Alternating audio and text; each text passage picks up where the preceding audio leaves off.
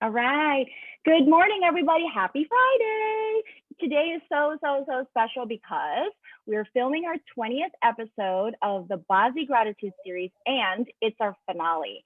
And today is extra special because I have a woman who I met, I don't know, a year or so ago through some mutual friend or connection. And I'm so excited to have her here because she's going to help me kind of close out the BaZi Gratitude Series with our 20th episode. So just to, for those that are tuning in for the first time, welcome. If you've been following us all year long, so happy to have you back. But the BaZi Gratitude Series was really rolled out at the start of COVID. And so today is sort of bittersweet in terms of closing out the year. And I really wanted to have this series as a way to share positivity, to spread some uplifting messages, but most importantly, to share some really fabulous boss babes within my network and share a little bit of what they're doing and how they're making a difference in the world around us, especially during this very difficult time. So today I have a beautiful Melissa Pruett. I'm so excited because it's like, la la la. Every time I think of you, I think of like sparkles and pink and like all things beauty and just everything. And she does truly embody all of those things. So Melissa Pruett is the founder and owner of Melt by Melissa. It's a beauty salon that's located here in Scottsdale, Arizona. But to us that have been to that place, kind of refer it as a self-care mothership. Hi, Melissa. Hi, good morning, everyone. So I'm going to take the slide down so that everybody can see your face. So let's start first by please tell us a little bit about who you are, what you do, and I'm going to segue, after you're done, I'm going to segue into that for those who have been maybe new to learning more about Melissa.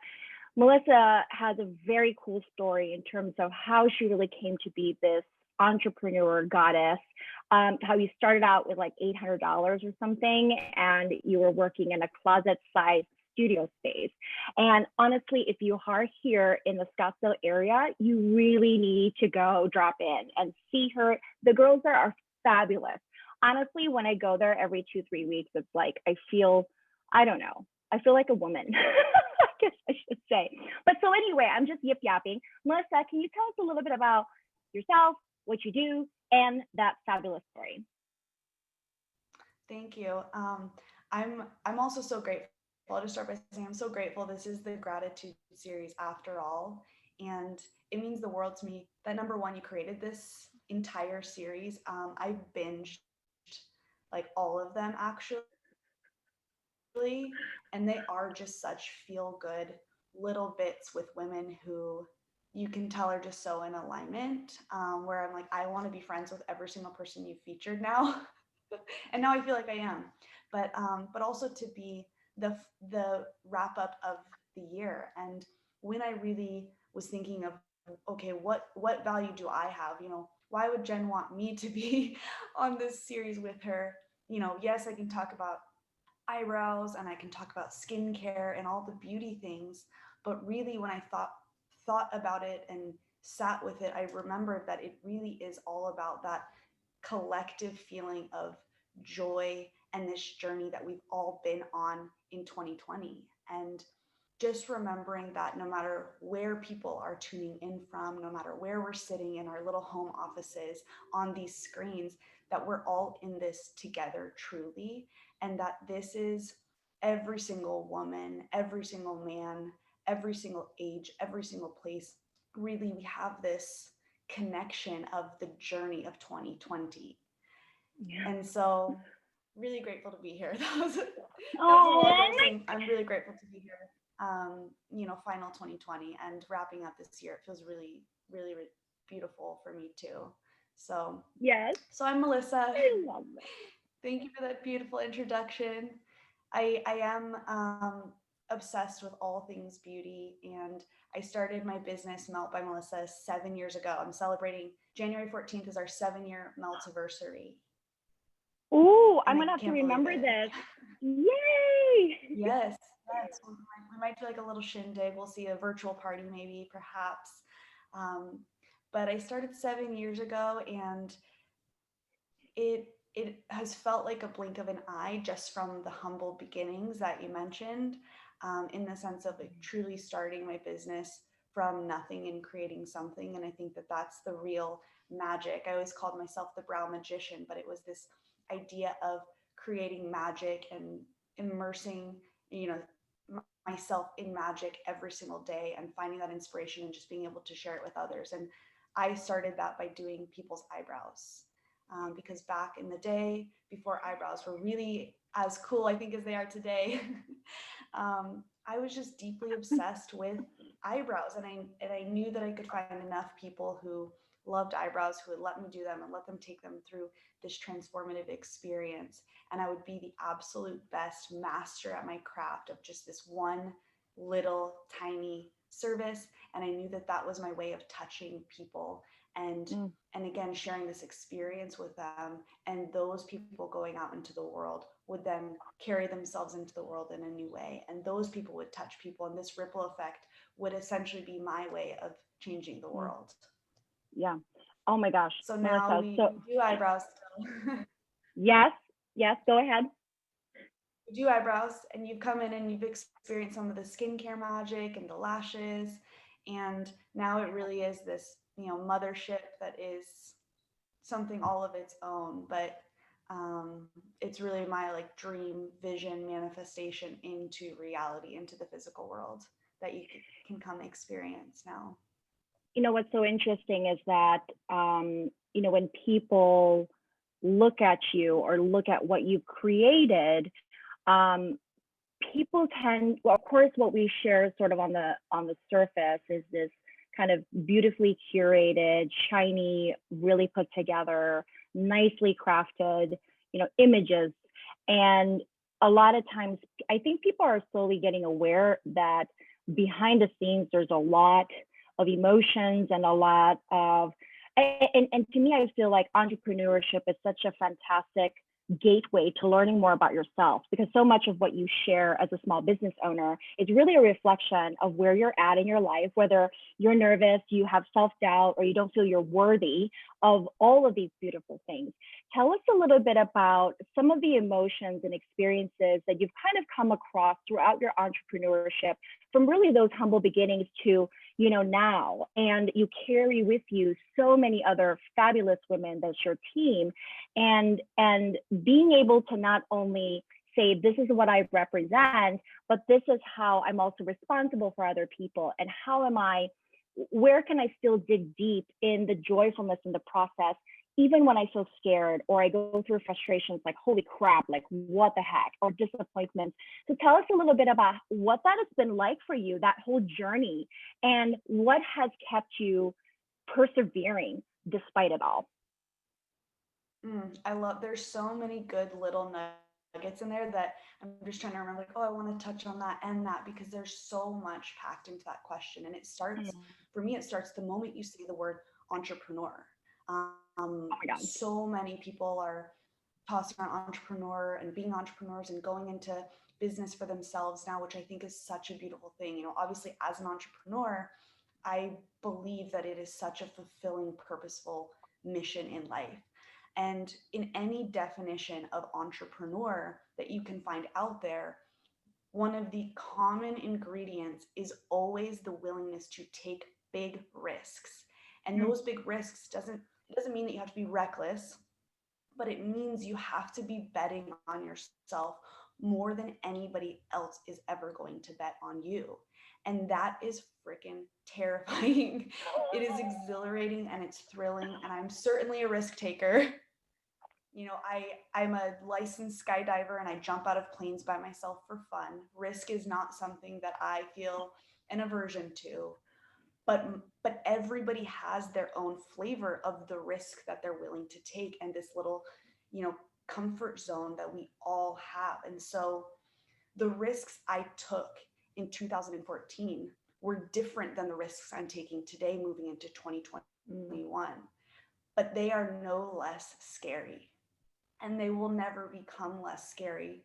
But in that moment, every single time I'm presented with a new risk, I have a new confidence. I have a new dimension that I've expanded myself to.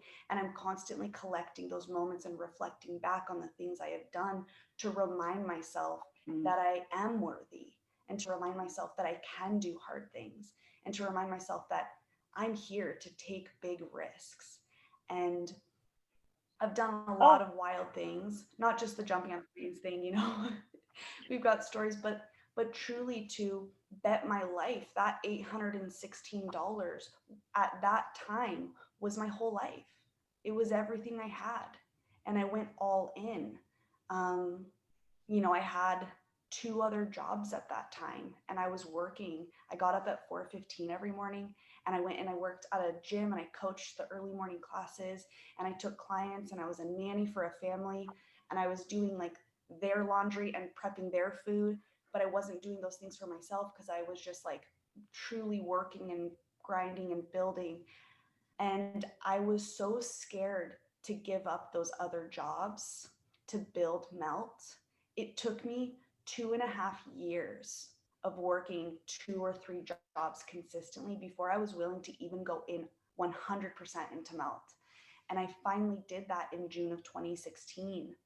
And that moment when I really went all in, I really put all my eggs in that basket, I cut the safety nets. And that was the moment that my business really started taking off. It was like the ball was at the top of the hill and it was just waiting to be released. And the moment it did, that snowball just happened. And once it's moving, once that momentum happens, it's just never stopped. yeah. And that's pretty cool.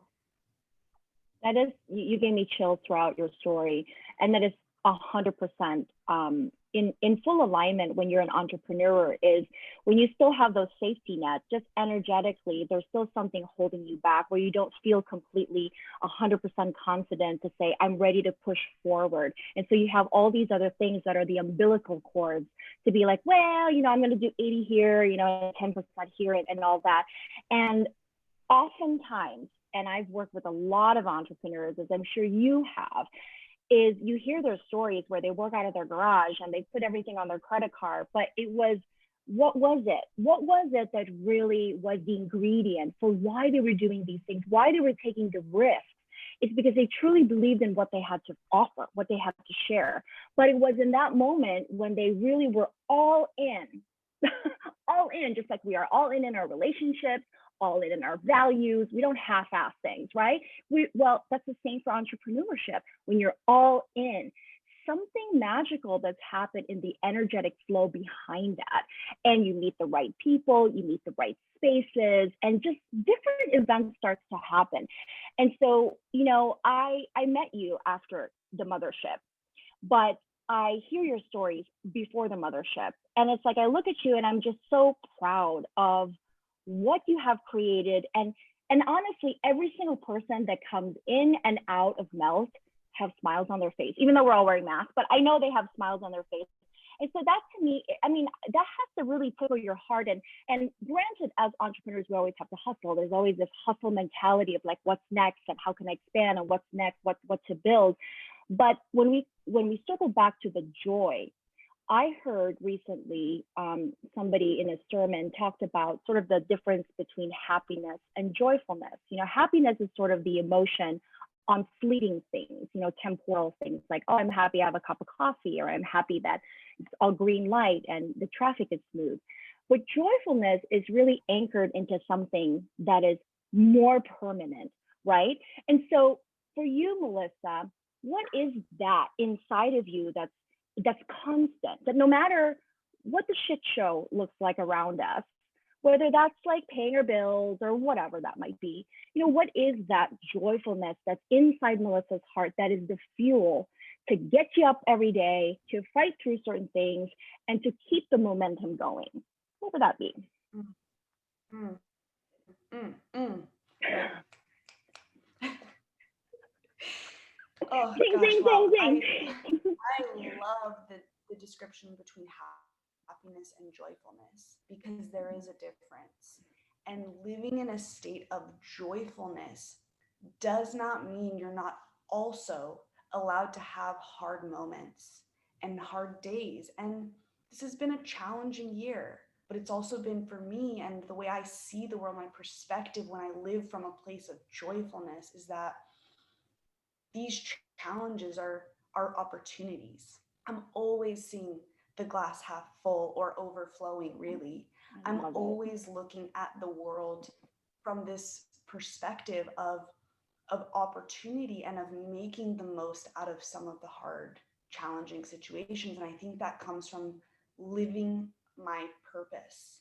When we are living our purpose, we can be in a state of joyfulness no matter what kind of shit show is happening around us.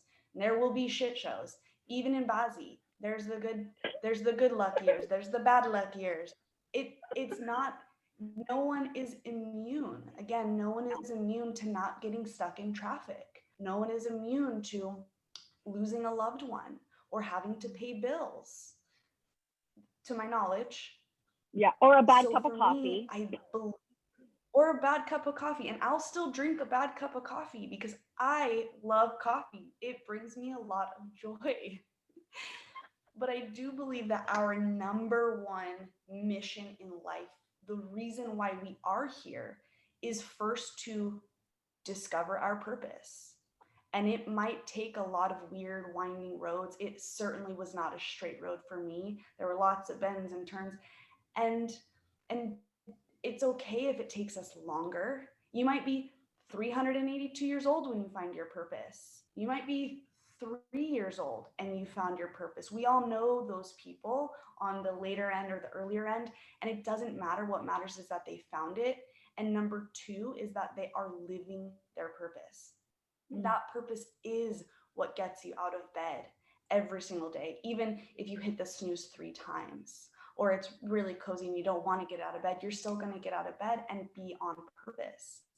And so for me, I found my purpose 7 years ago, and I was searching, I was lost, I was looking, but I was unwilling to stop or to settle or to ignore that I had a purpose.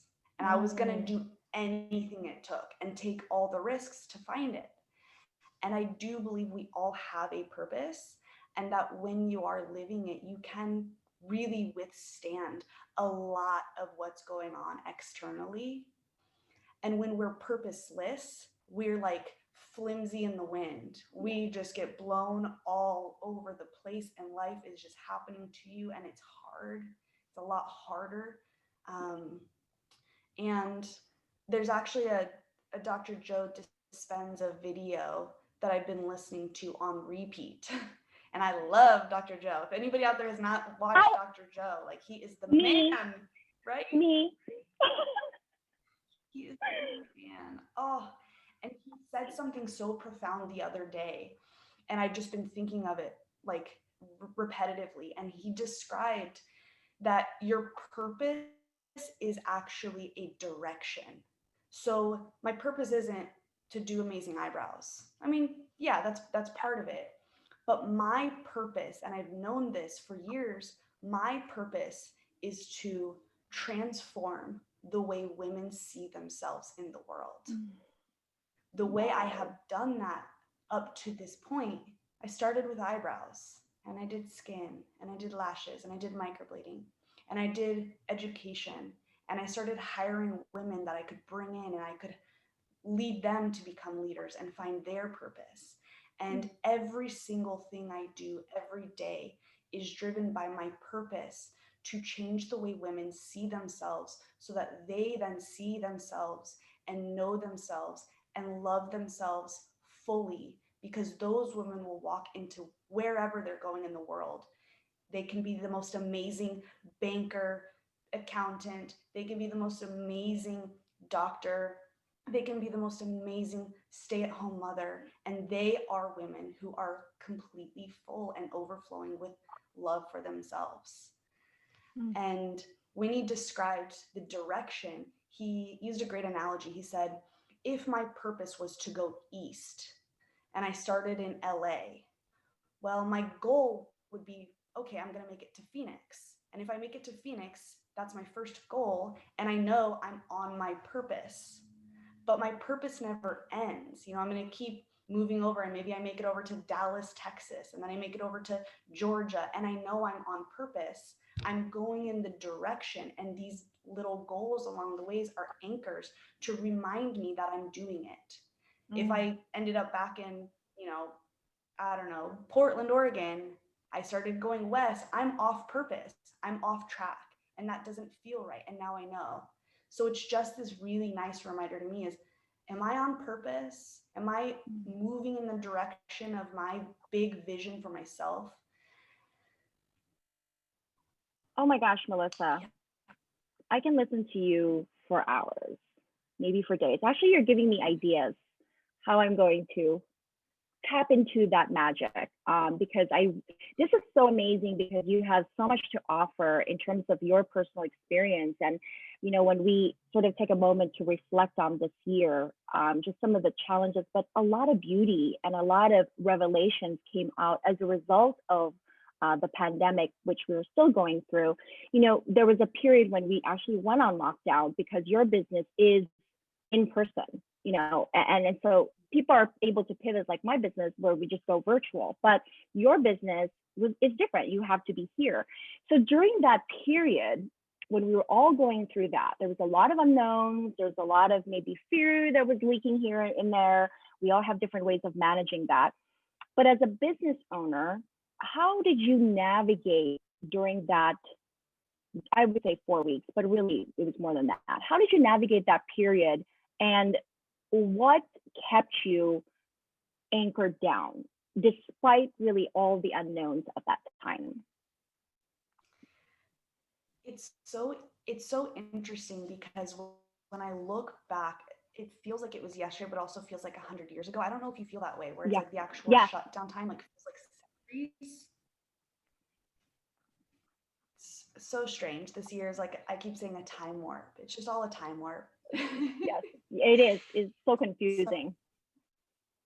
yeah, yeah, and we're just here like day by day, and we opened the mothership, which you first came to the mothership, but I had been working on building that mothership out for all of 2019. It was gravel. There was no tenant. It truly was a full. So 2019 for me was like a very big growth year. Lots of new lessons, lots of stepping into bigger shoes than I thought I could fill. And we opened the mothership on January 2nd, 2020. And in that moment, I was like, oh, this is it. And my one word for 2020, I said, my word this year, because I know myself and I'm always, well, what's the next thing? What's the next thing I need to do? Mm-hmm. And I almost move on from the achievement too quickly to the next big thing. So I said, you know what, this year I'm going to savor. My word is savor. And I'm just going to savor this space. How can I be savoring this beautiful manifestation, this reflection of my insides out into a true physical space? Well, the universe has a funny way, of giving us what we wish for. And within 2 months of being open in this brand new location and adding to my team, we closed for 8 weeks. My number one thought was, of course, for my girls, for my team, because they are hands-on and they cannot make an income if they're not actively providing services. So my first, heartbreak was for my girls and making sure they were taken care of and making sure they were able to get through that unknown time. But my second thought was, wow, this is kind of amazing because now I will get to savor the heck out of this space all by myself for we didn't know it was going to be 8 weeks, but it ended up being 8 weeks. First it was 2 weeks, then it was a month, and then it was, this sort of truly day by day waiting for these updates. But I savored that place because I was in there all day, morning till night, by myself. I don't know what I was doing. I was making some videos, I was fulfilling online orders, I was doing some virtual skincare consults, but I was just marinating in those walls and in that space. and I would walk out to the park across the street, and I would Yeah. just look back at the building. You can see it, it's catty corner. And I would just look, and I just really let it soak into every cell and fiber of my being to where I could like feel it in my bones. And it actually, one night, I'm walking back from the park up to the corner storefront, and I looked up at the window and I saw a mural that I designed on a weird app on my phone and hired this amazing painter who's local to paint on the window. And when I saw it for the first, it was like I was seeing it for the first time. And this is months in, and I just almost collapsed and just started weeping because I was so overwhelmed with emotion, because it almost felt like the first time I had really expressed gratitude for what Mm. I had created and that it was real. So that really got me through those weeks of uncertainty and unknown, and we we were all experiencing those emotions, but to just sit in there and look at all of the opportunities that were available to me at that time, and all of the ways that I was going to put that fuel, that good joyous fuel, into my fire to figure out how I was going to move forward and come out even better on the other side. And I really believe that's what I did. And so many of my beautiful friends did the same thing in their businesses.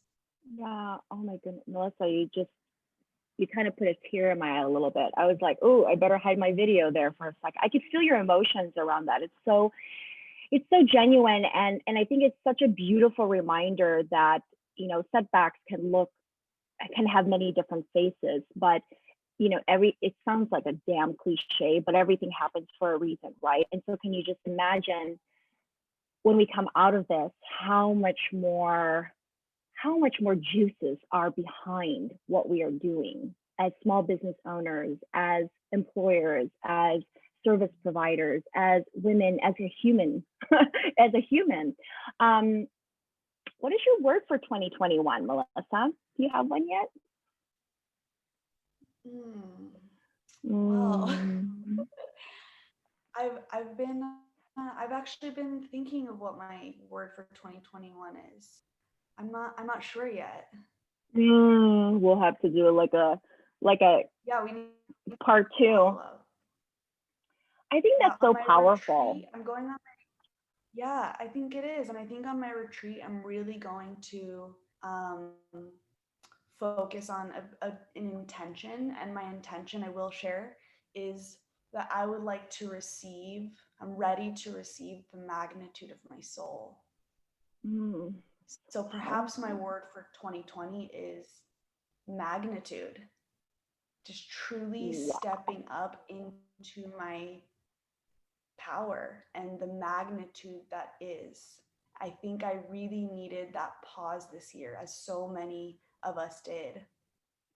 So much beautiful self discovery happened in that time and is continuing to happen throughout the year for so many beautiful people. And Yeah. I've seen a lot of people find their purpose in this year, or at least let go of the things that aren't serving them this year. And I Mm. believe that we are all ready to step up and elevate and evolve into this next level of 2021.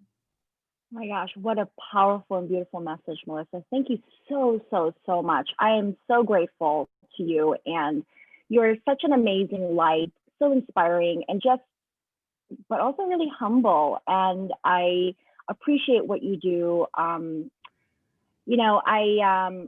kind of to close out this year, I feel like there's so many emotions, but I'm not going to get caught up in all of that. But usually at the end of these gratitude series, I always ask my guests what are they most grateful for, and I feel like I need to ask you to just spout out a bunch of things that you're grateful for at this moment and share all that goodies with all of us. So I'm not going to say what is the one thing you're most grateful for. What are all the things that you're grateful for at this time? Well, I'm so grateful that you didn't ask me to choose one thing, because that would be so hard. Um, I am so grateful for myself and my strength and my humility and my grace and my hard work. If you've ever seen the Snoop Dogg video where he's like, I'd like to thank me for doing all this hard work. I'd like to thank me for believing in me. Like, so humble, but so freaking true, so Yeah. powerful. I am Yeah. really grateful for my heart and my mind and my soul and my health. I'm grateful. Mm, I'm grateful for the mothership. It has been my sanctuary this year. It has been my sacred space. I am so grateful for my team. The girls who have been with me for 4 years or the girls who have been with me for 4 weeks and everywhere in between, they are magnetic. They are women that you want to be friends with. They are women who are kind, who are just over the top, incredible, and unique, each and every one of them, but collectively they are fierce. mm-hmm. And if you Yes. have not come to see them, you must be touched by them. I just walk in and just have to get hugs so I can just be touched by every one of them and feel their heart and soul. Um, and I'm so grateful for all of the amazing women and friends and that support group that I really know that I have here. I mean, this situation right here is a testament to that. Like Mm-hmm. uh, you have changed my life in so many ways, you know, from being your client and having beautiful BaZi readings with you to seeing you come into the studio and light up like the light that you are, and just so many women that we have in our circle between us that are the women we are wanting to emulate and aspire to be like every day. So I'm Oh so my grateful for God. 2021 and what it is going to bring. And Yeah. I also Thank you wanted to so know much. what your work for 2021 is. My word for, oh my goodness. You have or a Whoa. few words. I do. I'm like you. I have a word that I specifically choose every year. I think this year was more steady for me, but it wasn't. I think it was steady in a different way, but I don't know yet for next year. I feel like we're all collectively stepping into a much more sort of a cocooned, beautiful, delicate, graceful space in our life where there's inner peace that starts from within. This year has been so yang in the sense that it's so transformative, it's so jolting, it's shocking. There was a lot of like up and down, everything was so heightened. It's just like this explosion, explosion of goodness, explosion of, oh my gosh, what the hell.